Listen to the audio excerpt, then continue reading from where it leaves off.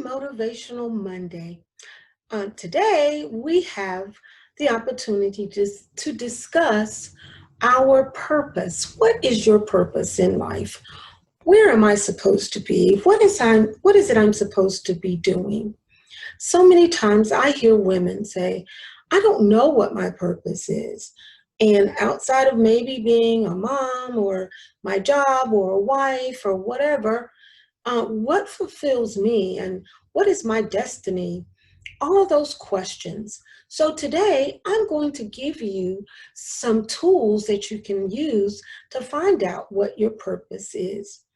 One of the most important ways to find out what your purpose is to know what you enjoy doing, what moves you, and what is it that if somebody asks you to get up in the middle of the night without thinking you could do it.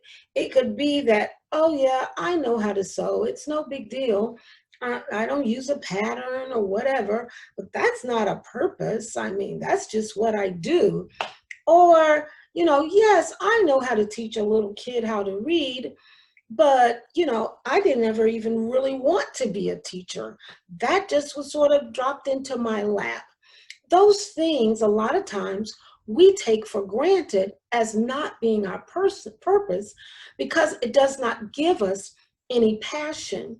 Because a lot of times, our purpose is tied up in thinking that it also is a passion that we have to have. But I feel like it's a passion that you can also develop if you do it in the proper way.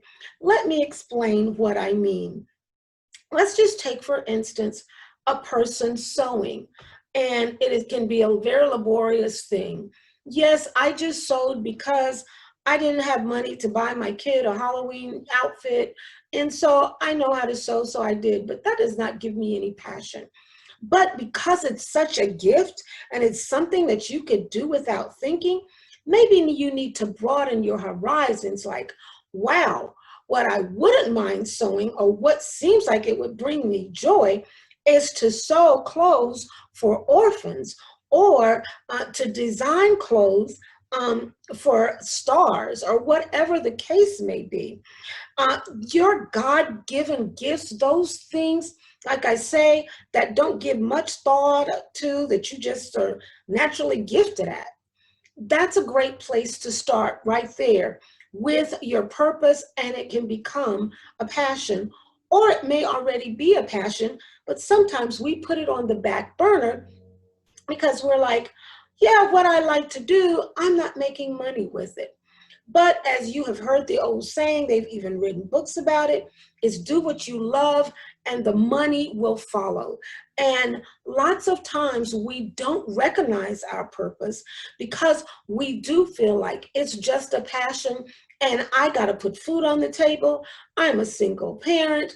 I got jobs. We got bills. I got stuff.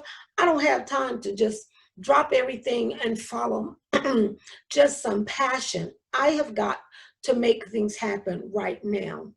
And yes, I can agree with that. But you can do your passion toward that being your purpose whenever you take a little bit of time, whatever time you can, to develop that passion.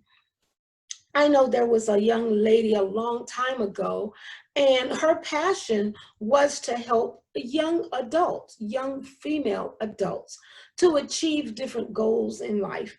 And she was an accountant, and and that was her day job, and it took over everything. But at her church, she was the youth leader. And she enjoyed being the youth leader. She enjoyed working with the kids and all of that. But she never saw that as necessarily something that she could make a living with and actually doing and enjoying that purpose and passion until one day someone asked her to be the accountant for this youth center, for this this young adult center. And she was like, I don't know, because I've invested a lot of time in this job, in that job, is non-for-profit. It doesn't make much money. I don't know about that. Da, da, da, da. But she went on and decided to do it. And she enjoyed it so much. Work became something that she looked forward to every day. She moved on from being the accountant to being to being the manager. And then she took over being a director of the program, and she was able to get all kinds of grants and things.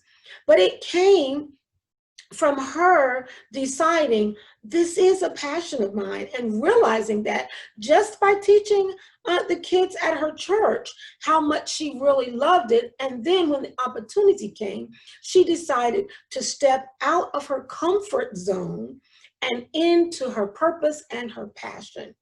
Lots of times we see a purpose as something that's grandioso. I want to feed all of the hungry children in Guatemala, or I want to be able to make clothes, for everybody in Africa, whatever the case may be. I'm exaggerating a little bit, but you get the idea. We feel like your passion and your purpose is something grand. Sometimes it is just something so simple. I know at my church, there was this lady, this older lady, and she was called Mint. And that wasn't her name, but that's what everybody called her, Miss Mint.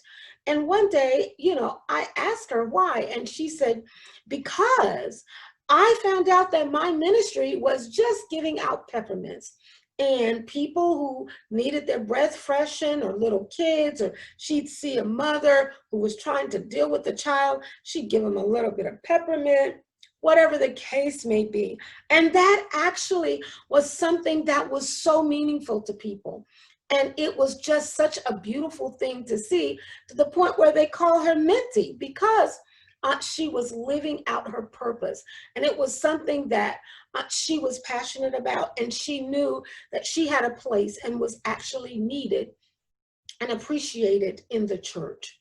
So let me give you a good way, a tool that is great, that can help you toward understanding what your purpose is. And I call it a vision board. And I'm sure you may have heard of a vision board. I'll just show you mine right here. I have a few vision boards, but this is one of the main ones that I have. And you've heard the saying, if you can visualize it, then you can achieve it. Okay, if you can dream it, you can believe it, you can achieve it. And one of the best ways is visually, is to put something up that says, these are some of the things that I'm interested in. These are some of the things that I would like to accomplish this year. Just some little tiny things that you would like. And I use magazines, just old magazines that I have, that speak out to me. Some things are just pretty pictures, like, oh, I love these flowers. I'll use that as an example. I love flowers. I'm not a flower grower. I don't like gardens, all of that. I just like the flowers. And so I just like the picture. But my brain let me know, no, long time ago, every Friday, I used to buy fresh flowers for my dining room table. And I thought about that. And I was like, wow, I loved that experience. And my kids loved it, because they were like, what kind of flowers are going to be on the table today? And so at my job at work, I started every Monday buying a little bouquet of flowers. And it meant so much to the residents that I deal with, through the staff. They would come by and smell the flowers. Sometimes I'd give a stem from them, all kinds of things. It would start conversations. It was just something that blossomed into some great thing that I had no idea. It was just something that I liked, and I saw the picture of it and liked. But it was something that was deep inside of me, and it helped to bring a lot of joy to a lot of people, including me. So when you get pictures and you decide, this is something that I just feel like, if I had the opportunity, if I had the money, if I had the time, whatever the case may be, I would love to do that. And you put it on your board, and then I have those things that really, really stick out to me. And these are things that in my spirit that I would like to pursue and I would like to accomplish. Then I put them on, well, I have another vision board, but I write these things out, okay?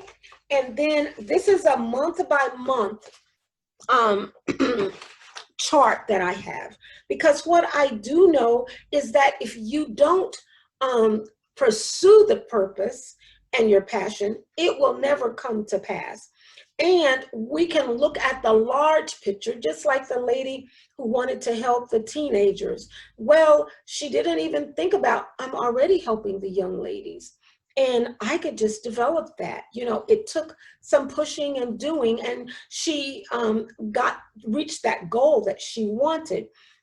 Excuse me. But if we start with steps, is that okay? I would like to sew, I don't know, mask. I'll use that because that's something that's really needed right now. And I would like to make some masks, enough, for homeless people on the street, whatever the case may be. And it seems like that I need to start off with just about 30 or 40 of them or whatever. But I don't have time between all the kids, between this and this and this, everything going on in our lives. I don't have time to just sit down one whole day and do 40. Okay, but what I can do is this month, I'm just going to make a decision. By this time of the month, I will have the material. I will have everything together. Then by this time of the month, I will have all of the patterns for them cut out. And then by next month, I'm going to have 10 done. By the end of that month, I'll have another 10.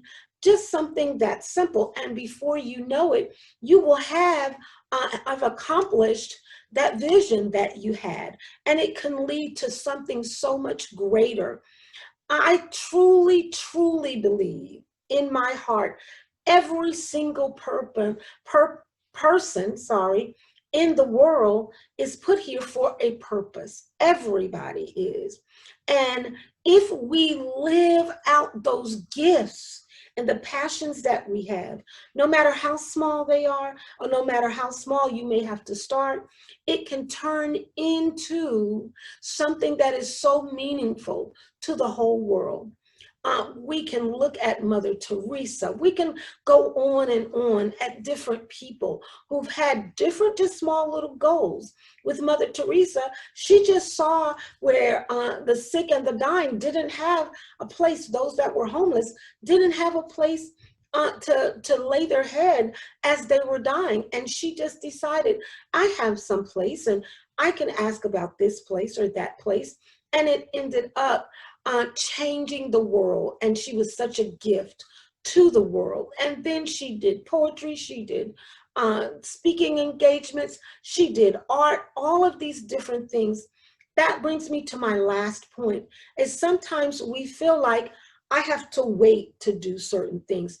When my kids get grown, when I get settled down, when I have this much money saved in the bank, when. The issue is, if you have it in your head, and you have it in your head now, you can make small steps now toward living those things out. So what am I saying is, go deep in your heart and figure out, what are my gifts? What is it I enjoy doing? I love to make bread. I could make banana bread. I think that I will start to make banana bread and give it away to the elderly in my neighborhood. You do not know what that will do to that, for that person, and what it could actually lead to. We all of us are dependent on each other and each other's gifts and talents. And if you spend all the time wondering, what is my gift? What is my purpose? What is my talent? And not getting out there doing something, then others are losing out because you are not living out your purpose and your passion. So take time and do a vision board. do a chart, and let's just try little tiny steps toward our passions, toward our purpose, what we were put here on the earth to do. Everybody was put on the earth to do something. And who knows, you could be the next Mother Teresa.